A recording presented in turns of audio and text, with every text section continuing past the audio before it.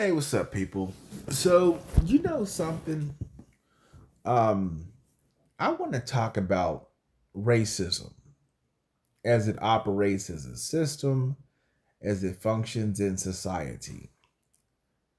This stuff is truly a cancer.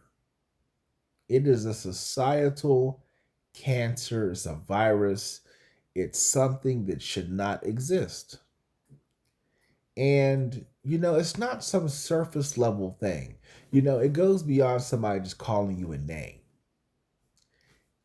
Racism is a system, it's one group, working against another collectively. It's not something that comes from just one singular person.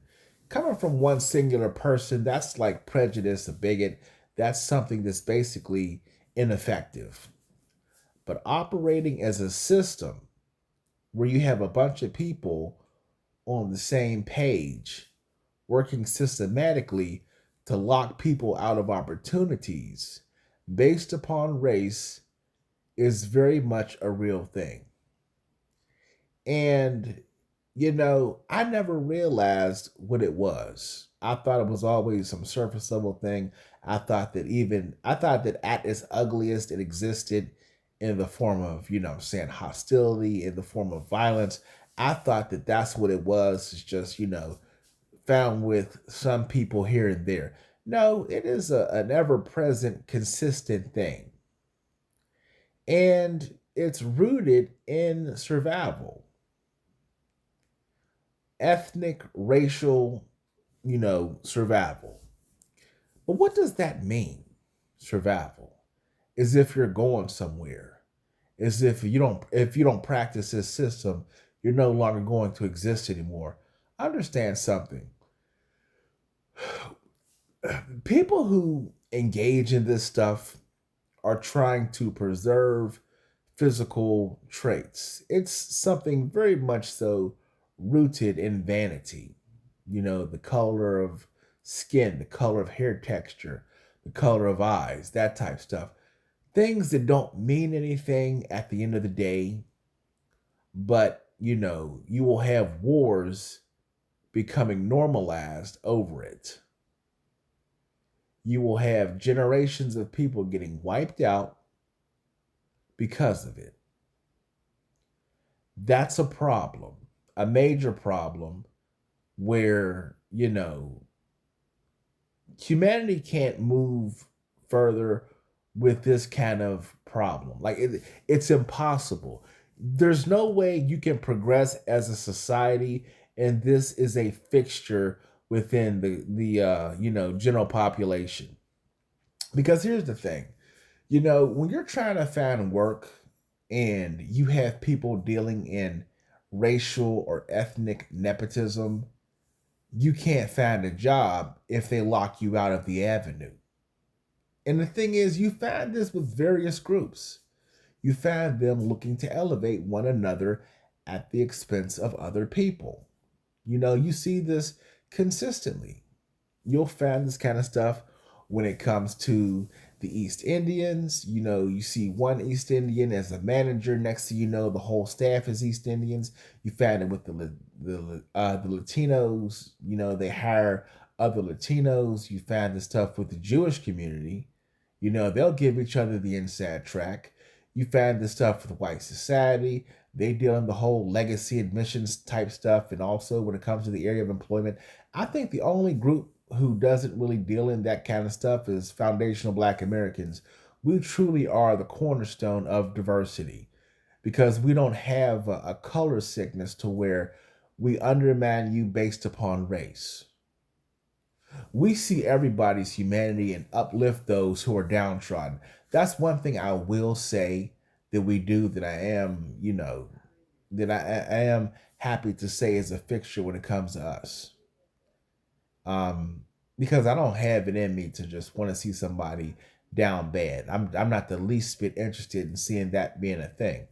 But you will find among people of the African diaspora, they'll have their own, Caribbean or African style joints to where they will hire people, or, give the inside track to people who are of their particular ethnic group, not racial group, but ethnic group. People do break up along ethnic lines. But here's the thing. Um, the problem is when this stuff begins to veer off into violence, when this stuff begins to veer off into just consistent attacks, and you have people gaslighting you, talking about you don't see what you see. That is a major problem. I've been watching these news articles where they'll have a black person, you know, unalived, and they're in a dang tree, and you have local law enforcement talking about that they unalive themselves. It's that type stuff. You know what I'm saying? And you know, even when you check history, you see these moments to where the stuff is clearly off in the area of, how the person was unalived, and then oh, nothing here to see. They did it to themselves. Or you see somebody, what I'm saying, do something to a black person and it's not taken seriously, and the stuff's just allowed to fester.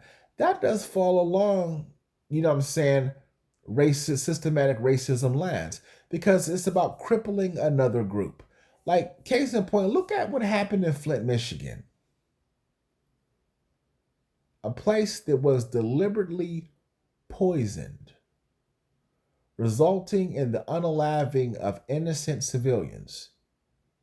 And, the governor was able to skirt that responsibility like it wasn't that serious. Crazy. Absolutely insane. And then we have this sociopath, Forrest Trump, in the White House. Now, here's the thing. He very much is self-serving. I mean, they're hiding the Epstein files because they know what it is. Just so much systematic corruption, dude, from top to bottom. I mean, and he like understand this guy, he's self-serving. He's always been in this game for himself. He doesn't believe in anything.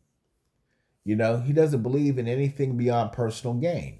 But the reason he was elevated to the White House is because he spoke in, dog whistle talk. He basically gives his constituents the red meat of racism each time, and they just, take it all in and laugh and talk about how funny he is and based, and they let him get away with anything based upon that. I mean, you want to talk about a DEI hire, that's Trump defined.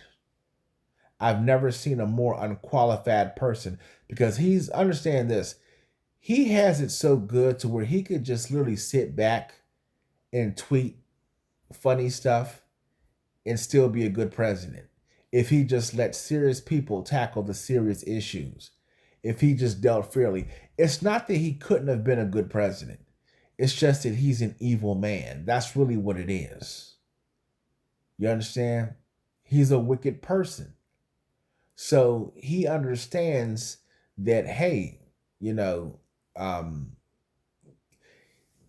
will pander to his constituents who are like-minded. He's not going to steer them in any kind of constructive way. He's just going to basically appeal to their own racism in order to stay afloat. And you know what? The thing is, it does keep him afloat. And also, when you consider the racism across the planet, it goes from, prejudice from lighter skin towards darker skin. Like, it's some strange stuff. Like, black people have been placed at the bottom of the whole color caste system thing. That's why you see these people out here from different ethnic groups trying to lighten their skin. A sick practice. You understand me? God makes you one way, and you sitting up there trying to brighten your skin because you want more opportunity, you want to be beautiful. Who the hell told you that you were ugly? You know what I'm saying? And the thing is that people say, well, why is it white supremacy? Because understand, white supremacy is a very real thing. Whiteness, despite your racial, whatever demographic, that is actually reached for. That is like the pinnacle. That's at the pinnacle of what the world moves off of. Lighter skin, you know. I would say because of colonization. I would say because, people in their general societies have always praised lighter complexions.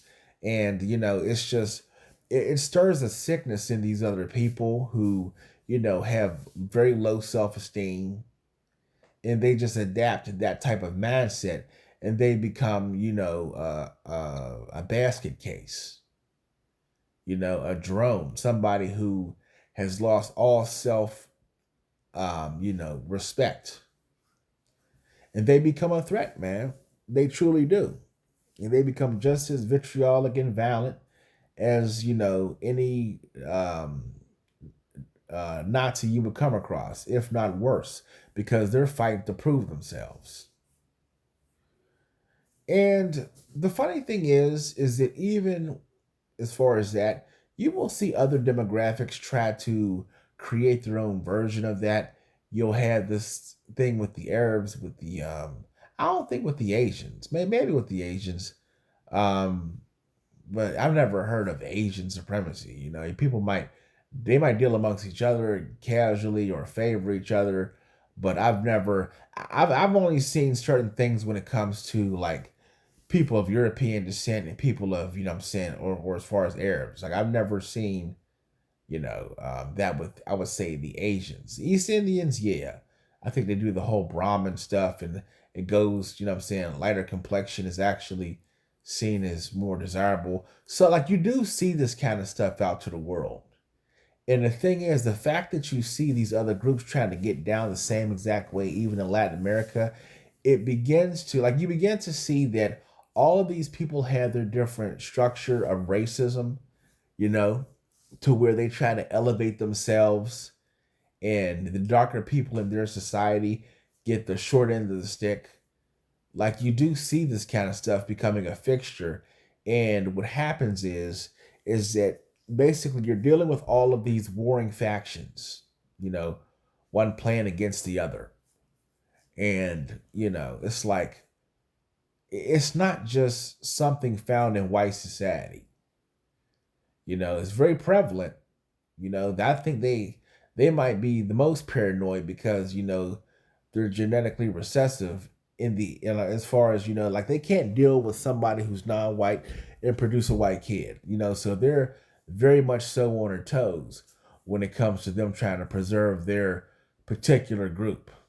Um, so yeah, they have a very high, you know, self-preservation when it comes to that. So that's why they do the whole gated community stuff, and that's why they're very funny style when it comes to interracial anything. They want to control that whole avenue so that they remain white. And the thing is that you know this is a societal sickness. When you drop your morality for the sake of preserving, eugenics, that's when it becomes something else. I mean, you can have your own mindset when it comes to how people relate to each other.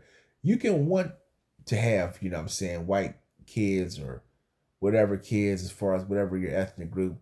You can wish for that. There's nothing wrong with having a preference. The problem comes along when you start veering off into, hostile activity, like lashing out violently or sitting up there, just engaging in perpetual subversive antics for the sake of trying to tailor the population. You know what I'm saying? Like that's when it becomes a problem. That's when it's more than just some name calling. It's these people don't leave you alone. You know, that peer pressure stuff to where they want you to conform, what I'm saying, to systematic racist ways for the sake of preserving their avenues. So, like all of it is done from them wanting to feel comfortable with where they are, And it's not even about how people act. It's who they are. It's based upon who they are. You're not of our collective. So I do not want you around. It's not about anything they've done. They can be the best of the best and they're still not accepted. You know, like with um what's that woman's name? Ann Coulter said to Vivek. She said, "Hey, I'm paraphrasing. I really like you. I like your policies. I like all of this and that and the third, and I think you're great. But I still wouldn't vote for you because you're an Indian." That's what it ultimately boils down to. You know, you're not a representation of what I want to see in charge, so I'm not going to vote for you. It's that type of stuff. You don't represent me because you're not me. But to the same token, could you see East Indians electing somebody who is African? You see, this is a two-way street, man. That's the thing. It's not found just here. You know, you who preach against stealing, do you steal? You who preach against adultery, do you commit adultery? Like, you know what I'm saying? Like, so you do realize that this is very much so a fixture when it comes to society, and it's not based off of meritocracy. I used to think that, society was the meritocracy. No, it's not. It is not based off merit. It is very much so an affirmative action atmosphere to where you receive affirmative action from your particular group, the inside track, the fast lane to the top. You're training your bosses because the people who are in charge do not want you having any kind of control over anything. So basically, they set it in such a way to where you're another worker bee, but you'll never go beyond that because they control the nodes of power and they don't want you in the mix because it's not based upon what you're able to do. It's based upon who you know. It's based upon your, I'm saying, racial group. Like, it's so, so, so commonplace, man. You truly begin to see it. And this kind of stuff cannot be a fixture in society, not in a functioning society. Maybe in an ass backwards society to where stuff is just perpetually broken, but not in a functioning society. Because all of this undermining and subversive activity, you know what it does? It begins to create a void. It creates a void in the economy. It creates, perpetual dependence because they try to create an avenue to where people are an underclass. And they're trying to do that with black people. I think black Americans, we're the only ones fighting to prevent that from becoming an actual reality. They want to bring everybody down to that level, but namely black people. We're supposed to be the ultimate underclass to where we're just around and we have no kind of influence or ability to do anything. But we're like Neo to the Matrix. We are very much so the anomaly. Black Americans, I'm talking about. People from the African diaspora, I wouldn't say that simply because I would say psychologically they've been colonized, so they go along with the nonsense to a large degree. And but black people, even as a minority, they know that we don't have it in us to be that way. You might find one or two here or there, but collectively, we do not have a subservient resolve at all with anyone, be they white, Asian, East Indian, Latino. We do not have a slave mindset, namely because of what we've been through. It's very much so never again. So yeah, we're not somebody who can just easily be programmed. And I would say that's why we're kept to a controlled state to a large degree. They know that, if ever elevated to positions of authority, we will put an end to a lot of corruption that's just oh so casual. You understand me? Like that, if we ever did, that would start the rumbling. That would start, a reining in of systematic corruption and people who actually are wedded to systematic corruption because they don't know how to deal straight. These people, they go out of their way to make it a point to not to make sure that we are not funded, that we're not self-sufficient. We literally have to do every damn thing imaginable in the area of ducking and dodging and trying to build up our, avenues for us to even be at the same level as other people in the area of social status. Because if you can't get a bank loan, if everything, you know, if in everything in the area of business they keep dealing around you and they keep finding ways to shut down anything that you got going, like it makes it impossible to be stable, to, build up. It's like that game Jenga. When the blocks fall, you take one from the bottom, you put it to the top, and the blocks fall. Like they keep knocking our towers down. Whenever we start to build a tower, they knock it down. That is very much so a part of systematic racism. It's about keeping people locked to a controlled state, a disenfranchised state to where they can't defend themselves. That is what it's about. It's about creating a dependent society, so that you reach out for government programs to, exist. Not to say that we're the face of that.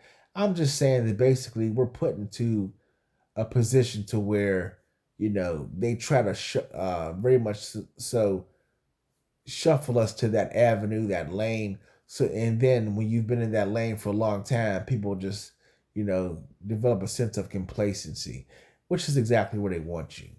One group playing against the other, you know, economically deprive you. You go on welfare or whatever state assistance stuff, and then you grow a sense of complacency because you can't build as high as you normally would.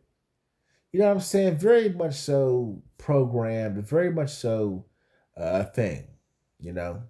And they might do this with other groups, but it's not the level they do that.